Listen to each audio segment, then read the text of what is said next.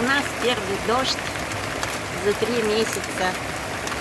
Все, была температура 30 градусов.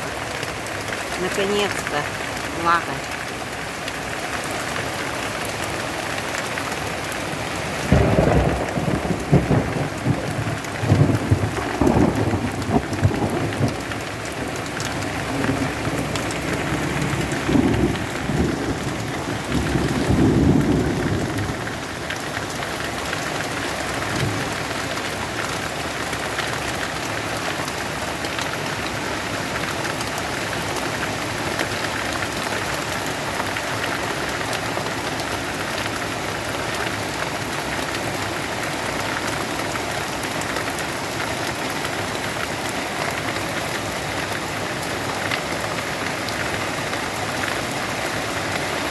Вот так домой идти.